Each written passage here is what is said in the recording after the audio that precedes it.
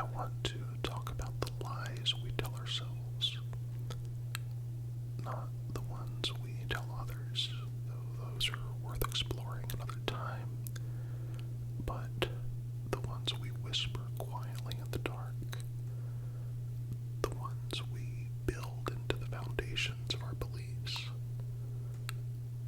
the lies that become so familiar, so comfortable, that we start calling them truth. Why do we lie to ourselves? Why do we sometimes cling to illusions even when the facts are laid out before us, glaring in their obviousness, refusing to be ignored? Why do people, with all the evidence to the contrary, choose to believe in things that simply aren't true? The answer, like most things involving human nature, is complex. It's a mixture of fear, habit, survival instinct, and, ironically, a desire for peace. Lying to ourselves isn't always malicious or even conscious. It actually rarely is. It starts with a feeling, something uncomfortable, something that challenges who we believe ourselves to be. Maybe it's the realization that we're not as kind as we thought we were. Maybe it's a moment where we see that we're not in control of our lives, not as special, not as strong, not as moral, or as forgiving as we've always assumed. That kind of truth hits hard. It unsettles the foundation of identity. And when the truth threatens the very way we see ourselves or see the world, our minds have a clever trick. They shield us. They spin a story, and sometimes that story becomes a sanctuary. People lie to themselves because the truth is often unbearable. Reality doesn't care about our comfort. It doesn't care about our hopes, our egos, or our narratives. It just is. And facing it head on takes a kind of courage that not everyone can summon in every moment. And so we compromise. We bend it just a little. We tell ourselves that the relationship isn't that bad, that the job is fine, that we're happy, that we're trying our best when maybe we're really not, that we didn't hurt someone, or that the person we hurt deserved it. We justify, we rationalize, and slowly those lies stitch themselves into our identity. Now, what's really interesting is that people don't just lie to themselves in isolation. No, we often build entire systems, entire cultures around mutually agreed upon falsehoods.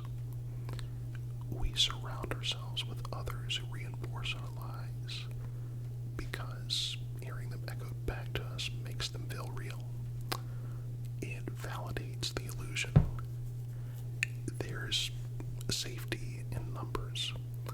If everyone else believes it, then maybe it's not a lie at all, right? Maybe we were right to look away. Maybe we were right to ignore the signs. Maybe the truth is what we actually just wanted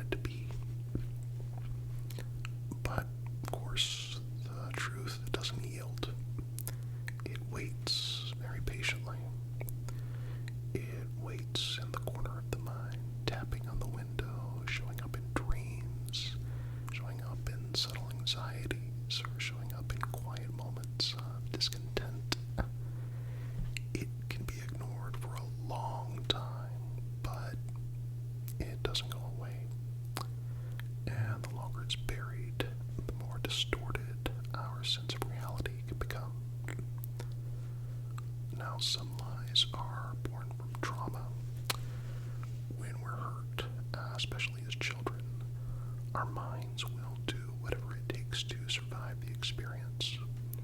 If the truth is too painful, if it makes us feel unlovable or powerless, we may create a version of events that helps us cope. It wasn't that bad.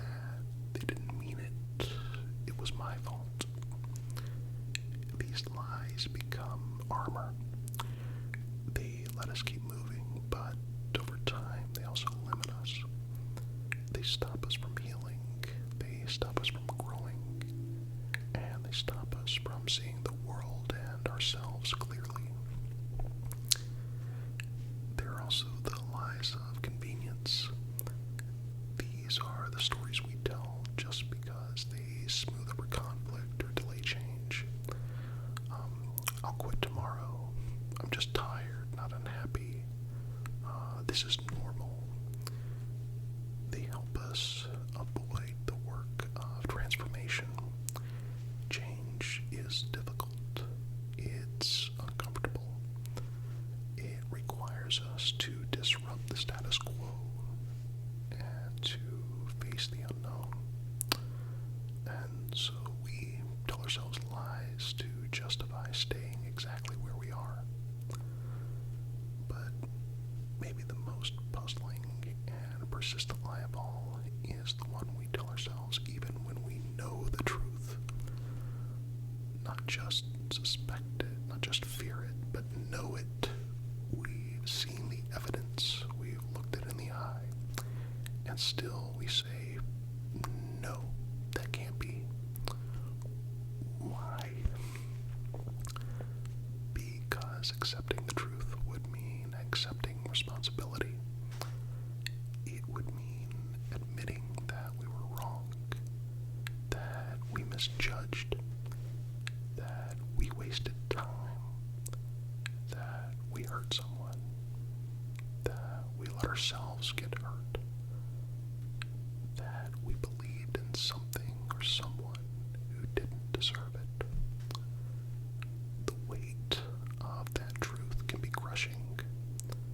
It can unravel years, sometimes decades of belief.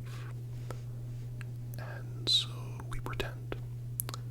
We revise history in our minds. We cherry pick memories. We cling to what could have been instead of what was. We create elaborate mental defenses to shield ourselves from the sting of being wrong. There's also the fear of what the truth will demand of us.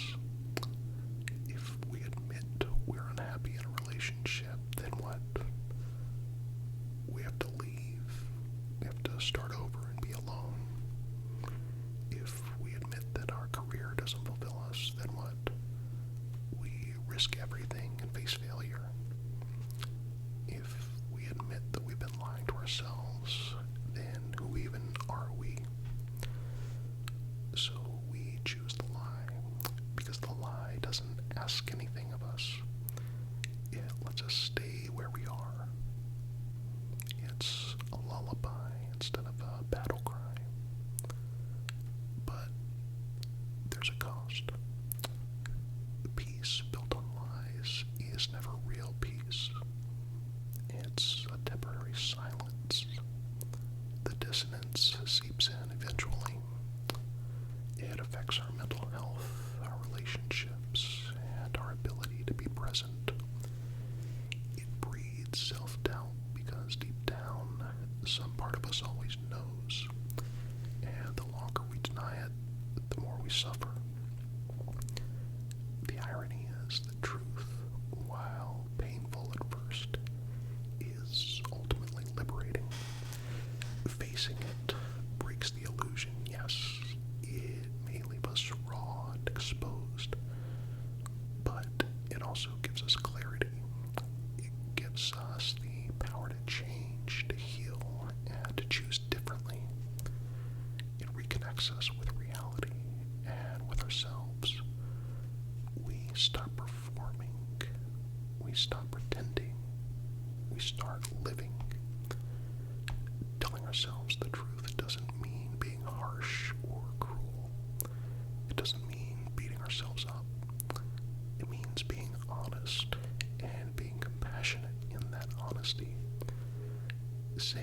I made a mistake, but not I am a mistake. Saying I was wrong without making it a life sentence. Saying this isn't working, and then giving ourselves permission to change course. We'll always be tempted by self-deception. That's part of being human. But we can learn to notice it. We can ask better questions. We can sit with discomfort instead of running from it. We can create space for truth even when it's unwelcome. And maybe most importantly, we can learn to forgive ourselves for the lies that we've lived. Because they weren't always malicious, as I said. Sometimes they were necessary, at the time at least. Sometimes they protected us, but once we see them, we don't need them anymore. So let's not fear the truth. Let's not mistake comfort for peace or illusion for strength. Let's be brave enough to see clearly, even when it hurts, because only in truth do we find